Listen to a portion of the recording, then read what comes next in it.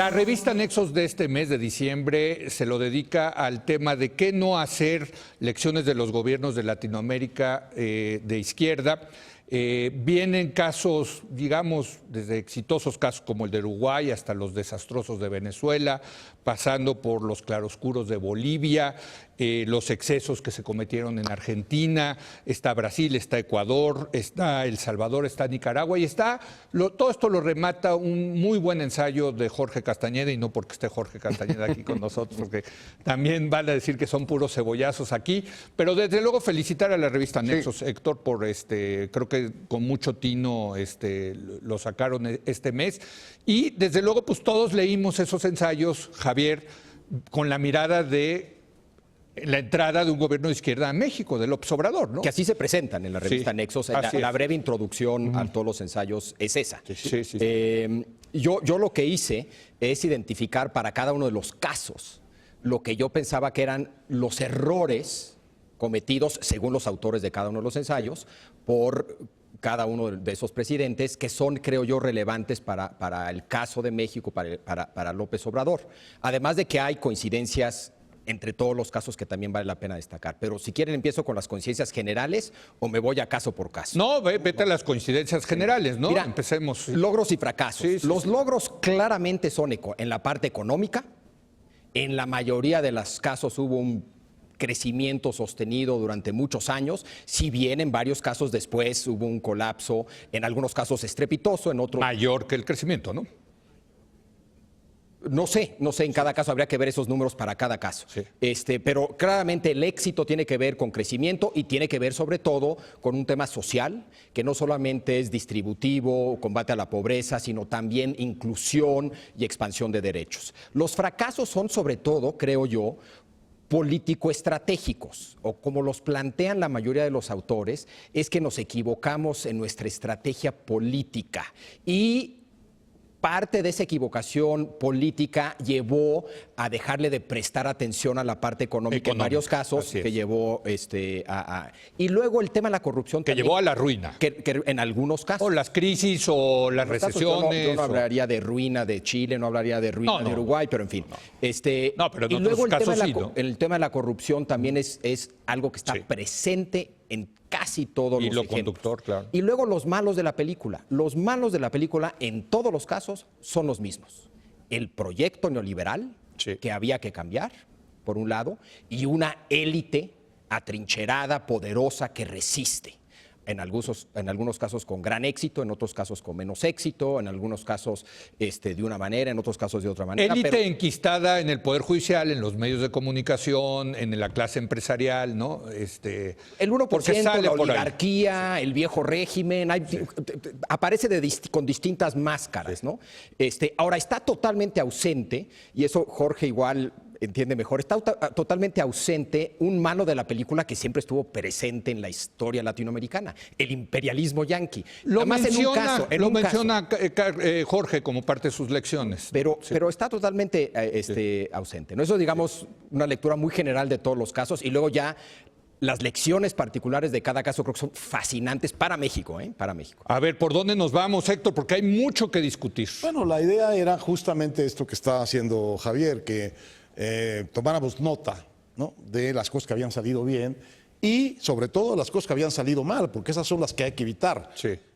Tuvieron grandes logros en materia de inclusión social, de programas sociales, de ampliación de derechos. Tuvieron una muy buena época económica porque tuvieron los años del gran boom de las materias primas, el petróleo de Brasil, de Venezuela, de Argentina, la soya, el cobre de Chile, la agricultura en general, grandes precios, grandes ingresos, y con esos ingresos que eran temporales, establecieron compromisos de gasto estables, y ahí cuando se terminó el auge, resultó que no habían transformado sus economías, no habían convertido esas economías prósperas en economías industrializadas, modernas, competitivas internacionalmente, etc. Y ahí empezó la debacle, la inconformidad, el ascenso de las fuerzas contrarias a otra constante de otra constante política de estos gobiernos. se fueron radicalizando y excluyendo de la conversación a las otras fuerzas políticas. Fueron volviéndose autoritarios en el discurso y autoritarios en la conducción. Y eso fue polarizando a la sociedad y a las otras fuerzas y uniéndolas en torno a los fracasos de la fuerza de izquierda progresista, con el resultado catastrófico peor en el país más importante de la región, Brasil, que es traer al poder no a un derechista, no. sino a un hombre fascista que tiene rasgos de una derecha cavernaria, sí, que digamos es la peor consecuencia que puede haber tenido un gobierno progresista, es traer después de su gestión a un personaje como Bolsonaro a gobernar, nada menos que Brasil. Bueno, y lo que tú dices, les tocó un periodo de jauja económica en el tema de las materias primas. Eso ya no está, Eso ya no está presente Pero fíjate, en México. En México nos tocó con el petróleo y no se aprovechó como aprovecharon ellos. Tampoco, es cierto. Y aquí hemos sido muy críticos como hicieron los gobiernos. Eso que tú has llamado, ¿cuántas veces fue el Plan Marshall? Una locura. Pero a ver, va, Jorge. Sí, mira, yo creo que Javier tiene razón en cuanto a que no está presente, entre comillas, el imperialismo yanqui, porque la mayor parte de los gobiernos de izquierda examinados, analizados en el número de nexos, son posteriores al año 2000 o empezando en el 99. Y bueno, de hecho, con excepción de un par de episodios de Venezuela y quizás escaramuzas muy menores con Bolivia, Estados Unidos ya no fue un factor decisivo contra estos gobiernos después de la Guerra Fría. Simplemente dejó de importar mucho. Chávez se quejaba que el golpe de 2002 y esto, y Maduro inventa cada rato que la guerra económica del imperio y todo eso, pero la verdad, todos estos gobiernos pudieron más o menos gobernar como bien querían gobernar, sin que Estados Unidos se metiera. Por eso no aparece tanto en los análisis de la situación actual. Yo sí toco el tema porque a mí me correspondió hablar de lo que sucedió antes de esta marea rosa, o la rosa, como se le quiera llamar, es decir, de los años 50, 60, 70 y 80, en un resumen pues muy apretado. Entonces, eso es la explicación de eso y creo que además es válida porque no fue un factor decisivo. Otro elemento que sí quisiera yo subrayar es el tema de la corrupción, pero visto con el resultado final. En casi todos estos países, con la excepción de Uruguay y de Bolivia, la verdad es que los electorados le han dado la espalda a estos gobiernos. En algunos casos, bueno, Nicaragua también si se quiere, en algunos casos de manera muy estrepitosa, muy estridente, como es el caso de Brasil, que es el más escandaloso.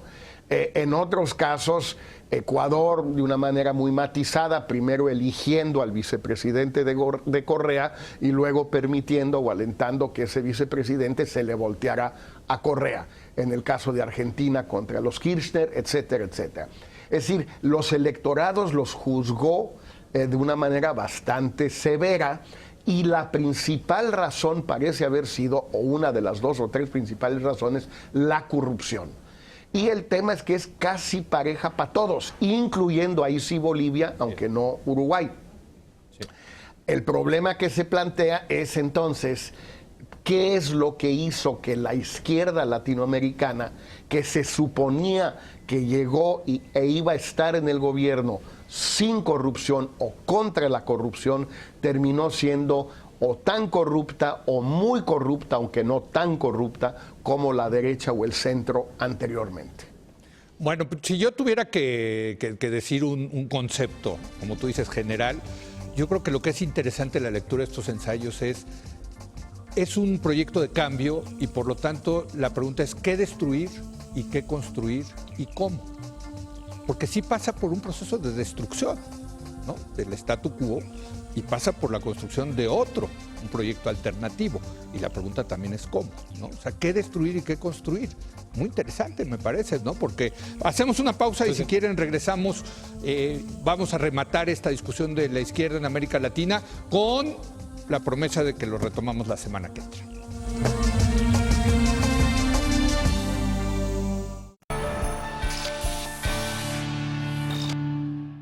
vamos a dejar picados para la semana que entra con las lecciones de los gobiernos de izquierda en América Latina.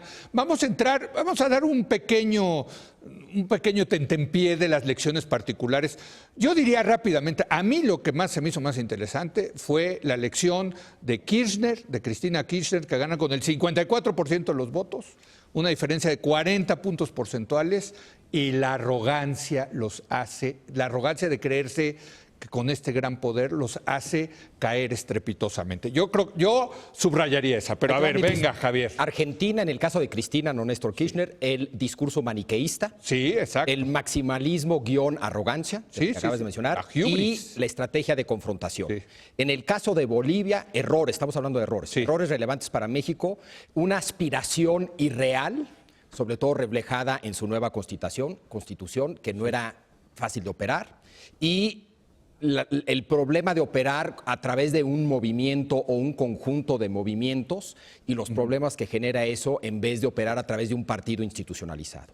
En el caso de Brasil, yo veo una especie de crítica a un pragmatismo excesivo de que usaron el sistema existente en vez de tratar de cambiarlo y que no le entraron Dilma, sobre todo, al problema de la seguridad pública que le permitió a la derecha hacerse dueña de un tema que se volvió muy relevante. En el caso de Chile, un chorro, desaprovechamiento de la energía democrática, confusión entre lo posible y lo deseable, descuido de la construcción del partido, ahogo del debate interno. En el caso de Ecuador, protagonismo del presidente, todo era él, y conflictividad, por lo tanto, directa entre el presidente y los demás. Ahí lo dejo. A ver, Héctor, ahí estamos dejando el los que creo son relevantes para México. No, hombre, buenísimo. Qué buen resumen. Semana, pero lo que le voy a pedir de muy buen resumen. Complete este ensayo, lo publicamos en Nexos para decir, señores, estas son las lecciones que queríamos que México tomara, porque está muy en el espíritu de lo que es el número.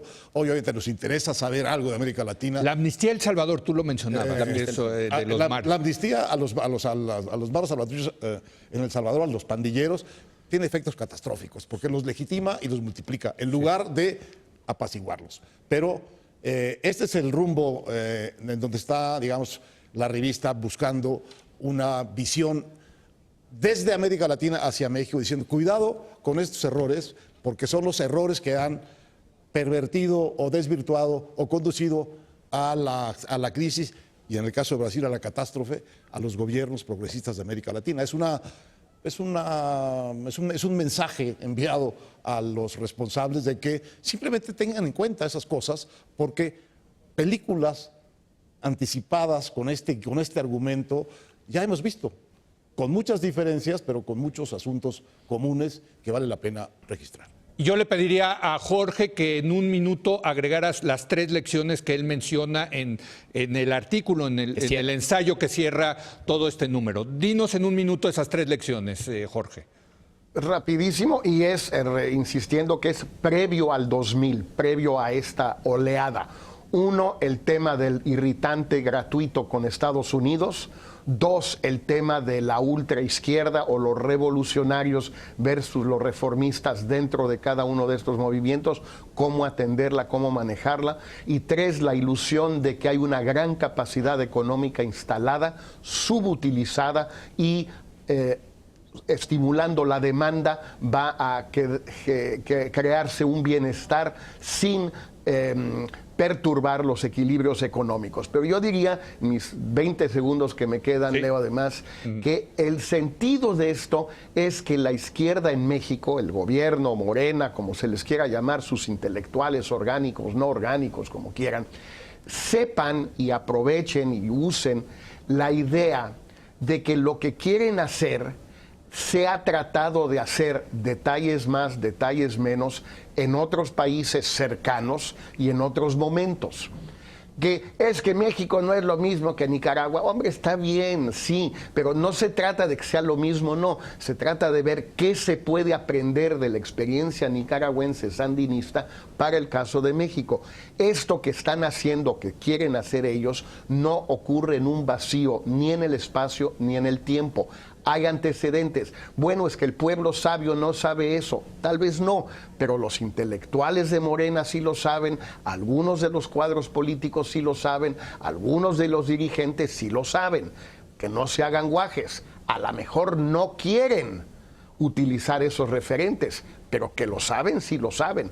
Y yo creo que puede ser de gran utilidad para ellos tomar en cuenta estos antecedentes que están, yo creo que muy bien resumidos en el número de nexos. Bueno, y lo peor que podrían hacer es ver este número de nexos como, son los neoliberales los que nos están diciendo que no tenemos que hacer. Eso es muy importante. No, porque los que inscriben son gente que participaron todos en la izquierda, ¿eh? Y que siguen en la izquierda Exacto. participando. Es muy importante eso. Es la misma izquierda hablando de sus errores y de sus aciertos. Y actores. Son, Así es. en la mayoría de los casos, actores políticos más que Que han sido intelectuales. ministros, han Así es. sido jefes de gabinete. Bueno, Exacto. ahí está el tente en pie porque vamos a seguir, la semana que entra, que ya va a estar Jorge Castañeda aquí con el estudio con nosotros, vamos a seguir porque es buenísimo.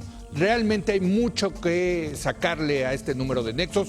Felicitar a Héctor, no solamente por este número, sino por los 40 años de nexos. Felicidades. Ya se está terminando. Gracias, Héctor. Gracias, Javier. Gracias, Jorge. Nos vemos la semana que entra aquí en el estudio de Foro TV. Gracias. Gracias y gracias a usted. Último grito. Gracias, el último grito. Gracias a usted por habernos acompañado. Yo lo espero mañana en punto de las 10 de la noche cuando otra vez sea la hora de opinar. Aquí nos vemos.